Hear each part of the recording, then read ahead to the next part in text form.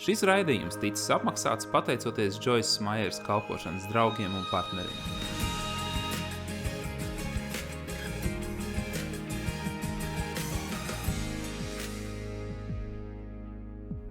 Ekscelents cilvēks pārsniedz prasības. Viņš vienmēr izdara vairāk kā prasīts. Viņš iet augstāk un dziļāk, un vienmēr izdara vairāk kā nepieciešams. Viņi vienmēr visu izdara labāk nekā prasīts. Džons Maksvels teica, ka viens no viņa mērķiem ikreiz, kad viņš dodas runāt, ir vienmēr izdarīt nedaudz vairāk par to, ko no viņa sagaida. Man tas patīk. Mēs esam aicināti uz ekscelenci. Un mēs zinām, ka visekscelentākā lieta ir mīlestība. 1. Korintiešiem 12:31 ir teikts: bet patiesi un ar degsmi dzenieties pēc visvarenākajām un vislielākajām dāvanām, un es jums rādīšu vēl pārāku, ekscelentāku ceļu. Tādu, kas ir stipri labāks un augstāks par visiem pārējiem - mīlestību.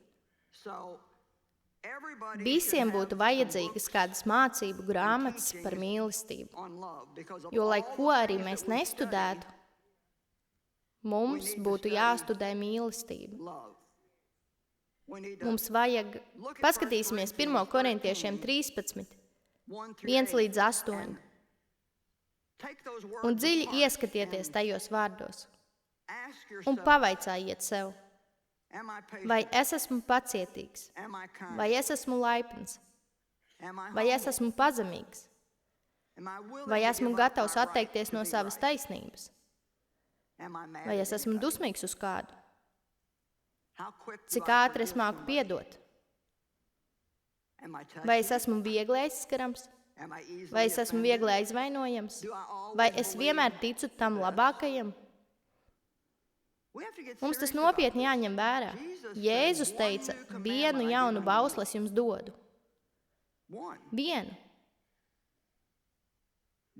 Vienu jaunu bausli es jums dodu. Mīliet viens otru tā, kā es jūs esmu mīlējis. Pēc tā visi cilvēki pazīs, ka jūs esat mani mācekļi. Un gandrīz vai katrā dievkalpojumā, ko es sludinu, es kaut ko nedaudz pasaku par to, cik svarīgi ir piedot cilvēkiem, kas tevi sāpinājuši. Un es domāju, ka es tā arī turpināšu, jo šajā pasaulē paliek arvien vairāk un vairāk dusmīgi cilvēki, nekā es jebkad agrāk esmu redzējis. Un vai zināt, Bībelē Mateja 24. nodaļā, kas runā par pēdējo laiku zīmēm, ir teikts, ka pēdējās dienās, tāpēc, ka netaisnība un ļaunums ies vairumā, mīlestība daudzos, runa ir par mums, mīlestība daudzos izzudīs. Un ak vai, cik ļoti tas patīk vēlnam, jo lūk, ko es jums pateikšu, augstākā garīgās cīņas forma ir īsta dedzīga mīlestība. Grāmata, kas pārdevās vissliktāk, bija grāmata, ko es sarakstīju par mīlestību. Tas ir nožēlojami. Kā tas var būt? Tu saraksti grāmatu par mīlestību un neviens to negrib pirkt. Bet es varu derēt, ja sarakstītu grāmatu par veiksmi, tad tā pārdotos griezdamās.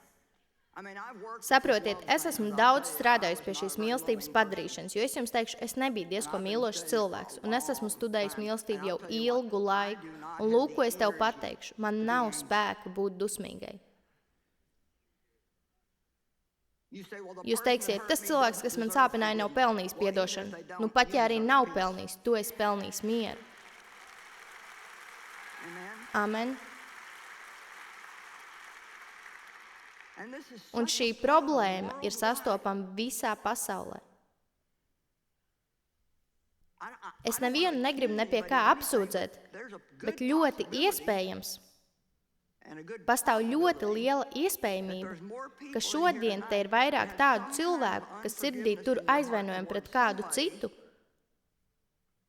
nekā tādu cilvēku, kuriem aizvainojuma nav. Un mums tas ir jāpārtrauc. Jo mums ir nepieciešams svaidījums. Mums vajag, lai mūsu draudzes būtu svaidītas. Mums ir vajadzīgi svaidīti līderi. Mums visiem vajag, manuprāt, šodien ir vajadzīgs svaidījums, lai ieiet un iziet no lielveikala un vēl palikt pie pilna prāta. Un tev neapšaubām ir vajadzīgs svētījums, lai uzaudzinātu bērnus. Amen. Cik daudz no jums man piekritīs?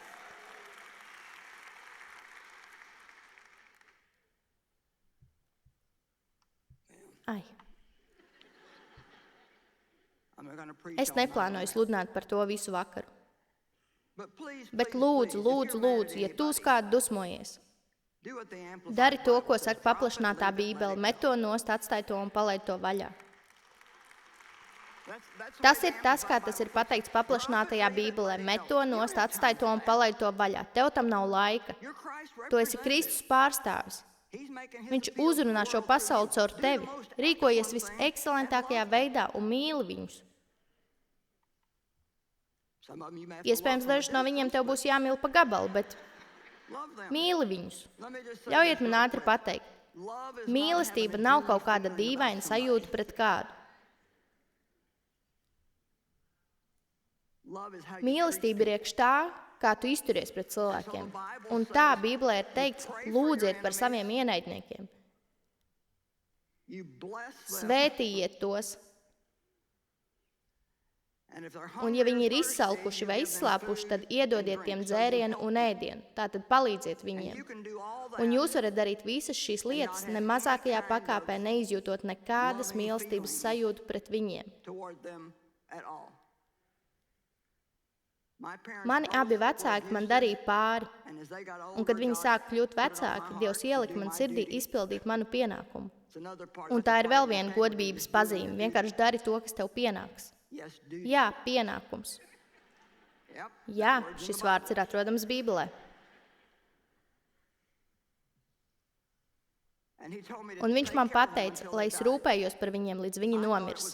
Es domāju, ka to man saka velns. Es teicu, es tevi apsaucu Jēzus vārdā. Es to izdarīju. Es domāju, Dievs man neteiks tērēt naudu un rūpēties par cilvēkiem, kas man darījuši pāri visas manas dzīves garumā. O, nevajag. O, jā, Dievs tev teiks darīt šīs lietas. Noteikti teiks. Un es nevaru teikt, ka bija kaut viena tāda reize, kad es būtu aizgājusi uz pansionātu, tāpēc, ka es gribēju iet. Bet es tomēr gāju, es to darīju priekš tā kunga. Un es to darīju tāpēc, ka zināju, ka tā ir pareizā lieta, ko darīt. Tev nav jājūtas tā, ka tu gribi darīt to, kas ir pareizi, lai izdarītu to, kas ir pareizi. Un jūs teiksiet, labi, Džoisa, bet vai tu viņus mīlēji? Man nebija nekādas pūkainas sajūtas pret viņiem, bet jā, es viņus mīlēju, jo es parūpējos par viņiem. Es lūdzu par viņiem, es viņus svētīju, es piepildīju viņu vajadzības. Tāda arī ir mīlestība. Nav iespējams pārāk ilgi uz kādu dusmoties, ja tu katru dienu par viņu lūdzu. Tā ir daļa no ekscelences. Mums ir ekscelents Dievs, vai ne? Viņš dara daudz vairāk, nekā mēs spējam aptvert. Vai rakstuvieta no Efeziešiem 3:20 nav vienkārši brīnišķīga? Viņš dara daudz vairāk par visu, ko mēs jebkad varētu uzdrīkstēties, cerēt, prasīt vai iedomāties. Vairāk nekā nepieciešams. Mums visiem patīk šī rakstuvieta, bet kā būtu, ja mēs to attiecinātu paši uz sevi? Un mēs sāktu darīt daudz vairāk par visu, ko varam iedomāties un iztēloties. Darītu vairāk nekā no mums prasa. Ja kāds tev liek noiet vienu jūdzi, ej divas.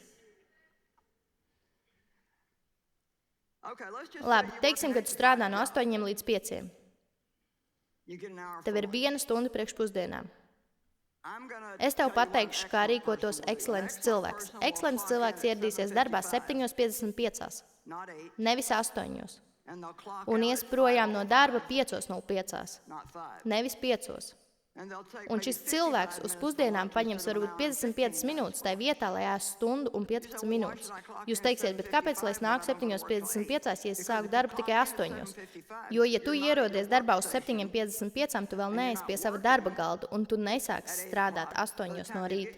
Tad, kad tu būsi paņēmis savu kafiju un aprunājies ar draugiem, visticamākais, ka jau būs 8:20 vai 8:30. Un jums nepatiks tas, ko es tagad teikšu, bet vai ziniet ko? Tā ir zakšana.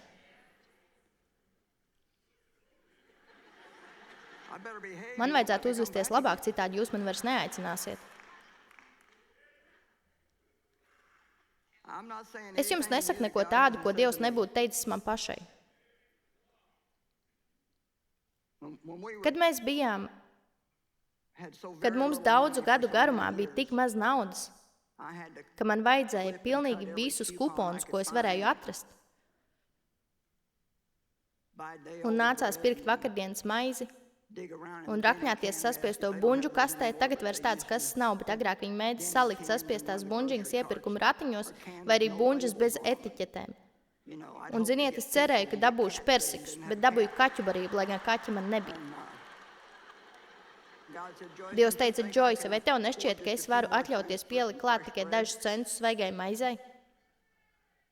Taču man bija bail, ka man nekad nepietiks, jo par mani nekad neparūpējās, kad vēl biju bērns. Un tā man nebija taupības gars, bet gan lētuma gars. Es visu darīju vislētākajā iespējamā veidā, jo es baidījos, ka man nepietiks. Tāpēc mēs neatļāvāmies pirkt steiku. Mēs nekad neēdām steikus. Tas vienmēr bija hamburgers un vista, vista un hamburgers un vista. Un tad veikalā uz vistu bija akcija. 3 vistas par $1. Un uz kupona smalkajā tekstā bija rakstīts lūdzu ne vairāk kā 3 vienam pircējam. Vai lūdzu ne vairāk kā 3 uz ģimeni. Ziniet, mums nepatīk smalkais raksts. Un viendien es to izlasīju. Bet es negribēju 3 vistas, es gribēju 12. Tāpēc es paņēmu līdz 2 no maniem bērniem. Un mēs visi paņēmām pa 3 vistām, un es viņiem liku stāvēt rindā man aiz muguras, un es uzvedos tā, it kā es viņus nepazītu.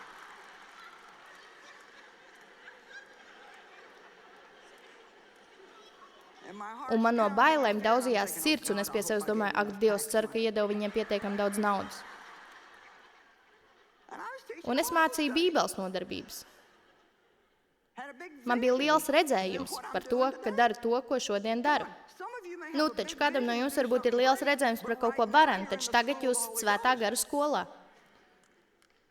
Nu, taču.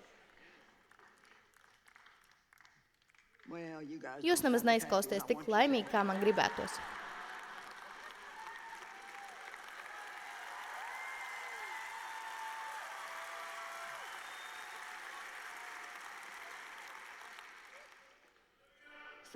Un es tiku cauri kasei, un bērni tika cauri kasei, un svētais gars man skaidri un gaiši pateica, apsveicu, Joyce, tu nepat nozagi dažas vistas.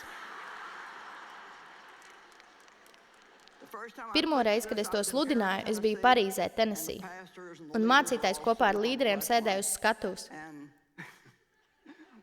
Un, kad es izstāstīju šo stāstu, mācītājs pieleca kājās, pieskrēja pie savas sievas, norādīja uz viņu ar pirkstu un sacīja, tu man esi padarījusi par zagli.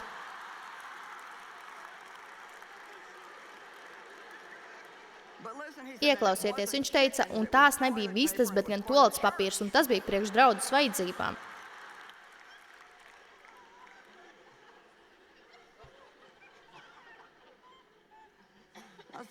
Labi, tas izklausās smieklīgi, bet es nevarēju iet uz bībeles skolu, kad Dievs mani aicināja kalpošanā. Man jau bija 4 bērni. Vai ziniet, starp citu, nekad nesakiet man, ka nevarat kaut ko darīt priekš Dievu, jo jums ir bērni. Man bija 3 tīņi un 1 zīdainis uz rokām, kad uzsāku šo kalpošanu.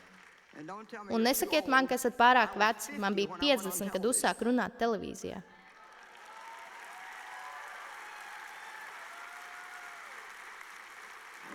Un tagad jūs gribat uzzināt, cik jau ilgi es esmu televīzijā, lai jūs varētu uzzināt, cik es esmu vecs. Es jums neteikšu.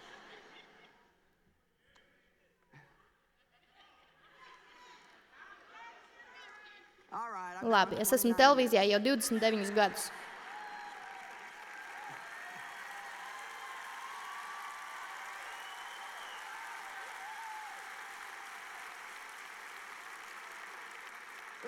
Bet redziet, es nemaz nejūtos tik veca, jo es nedomāju par vecumu.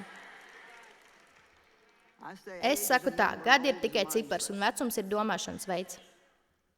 Man nebija naudas iet uz bībeles skolu, es nevarēju atstāt savu ģimeni un iet uz bībeles skolu. Un es nebiju gluži kalpošanas materiāls. Dievam bija mani jāapmāca. Un viņš mani mācīja, kā kļūt par ekscelentu cilvēku caur šīm muļķīgajām situācijām, par kurām es jums stāstu. Kā būt godīgai. Un tas tik tiešām notiek caur šīm mazajām lietām, kas notiek aiz aizvērtām durvīm, par kurām mēs paši sev sakām, ka tām jau nav nozīmes. Taču, ja Dievs jums norāda uz tām lietām, tad tām ir nozīme. Un mums ir jāsako savai sirdī.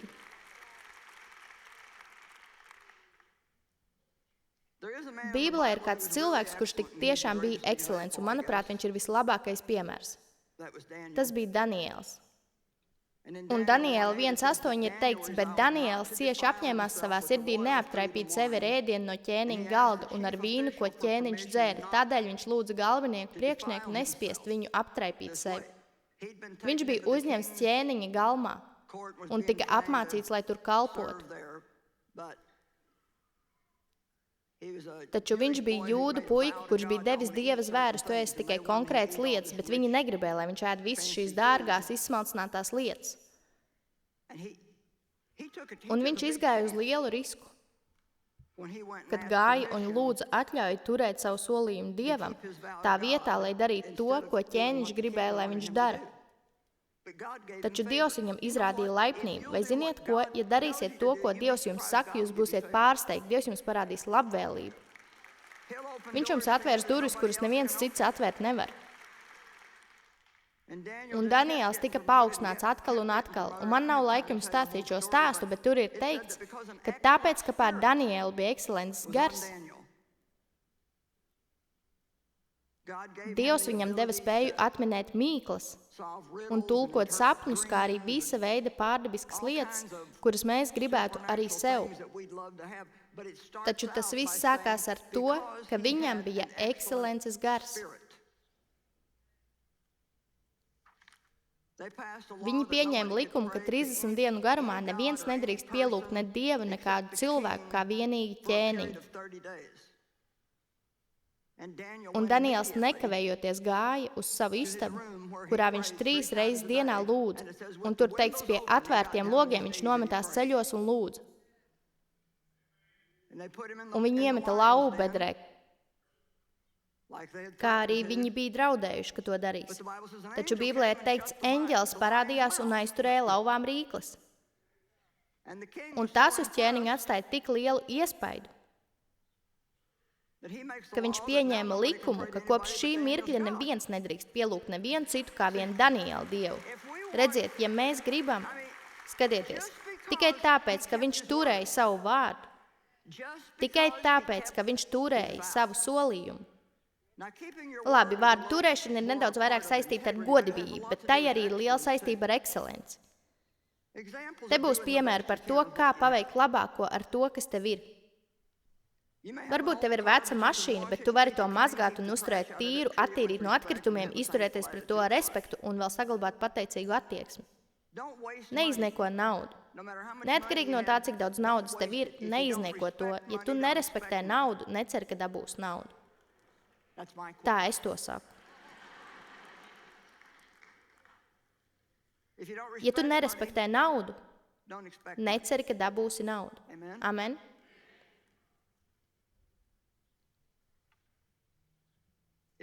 Vai te šodien kāds ir, kam vajadzētu nedaudz vairāk pieaugt ekscelencē?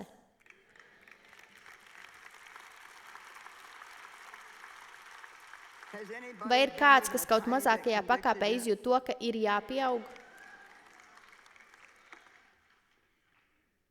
Viens no maniem mērķiem ir tāds, ka es gribu, lai katru reizi, kad es sludinu, mana sludināšana liktu cilvēkiem pieņemt lēmumus.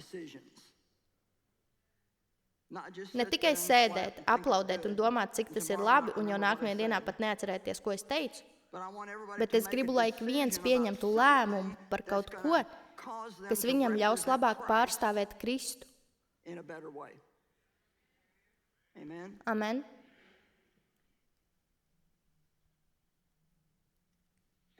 Un es zinu, ka Dievs man ir devis tik daudz pārbaudas. Un ja es nebūtu rīkojusies pareizajā veidā, es šodien nestāvētu šajā vietā. Un tās nemaz nebija nekādas lielas garīgas lietas. Mēs apciemojām, mēs sludinājām kādā draudzē Džeksonvilā, Floridā. Un kā jau tas ar mums mēdz notikt, jūs zināt, es to saucu par mēles nesavaldīšanas sērgu, es pateicu šim pārim, jums kādu dienu vajadzētu atbraukt uz St. Louis, un jūs varētu palikt pie mums. Un mēs jums parādīsim arku, un mēs jūs aizdīsim tur, un aizdīsim vēl kaut kur, un bla, bla, bla, bla, bla. Redziet, viņi piezvanīja apmēram pēc 2 mēnešiem un teica, mēs esam gatavi atbraukt. Un es teicu, atbraukt uz kurieni, un viņi atbildēja, tu taču mūs uzaicināji uz St. Louis, un es nodomāju, vai. Es domāju, ko man tagad darīt? Es negribu, lai viņi brauc uz St. Louis, man nav laika ar viņiem ņemties.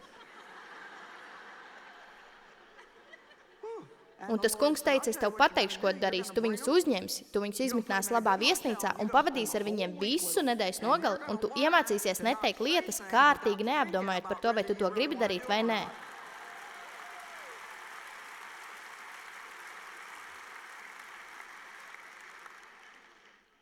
Reizēm mums jāmācās ejot pa grūtāko ceļu, vai ne tā? Un šīs mācības ir bijušas tik ļoti svarīgas manā dzīvē. Es jums varētu stāstīt vienu stāstu pēc otru stāstu, un par pārbaudēm, kas man bija jāaiziet, lai es šodien varētu te stāvēt. Es jūs šodien lūdzu. Pāvils teica, es jūs lūdzu. Sekojiet savai sirdī un dariet to, par ko jūs zinat, ka tas ir pareizi. Nevadieties pēc savām sajūtām un emocijām. Nedariet to, ko dara vispārējie. Redziet, tas ir tas, kā mēs attaisnojamies, bet visi to dara. Tu neesi visi citi. Reiz Dievs man pateica, viņš teica, paklau, tu man esi daudz ko prasījusi, vai tu to gribi vai nē.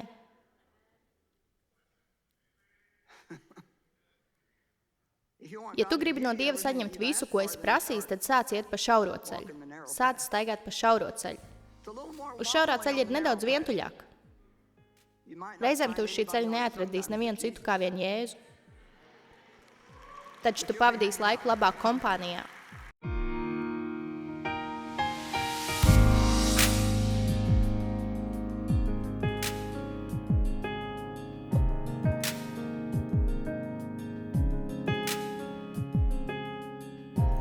Šis raidījums ticis apmaksāts pateicoties Joyce Myers kalpošanas draugiem un partneriem.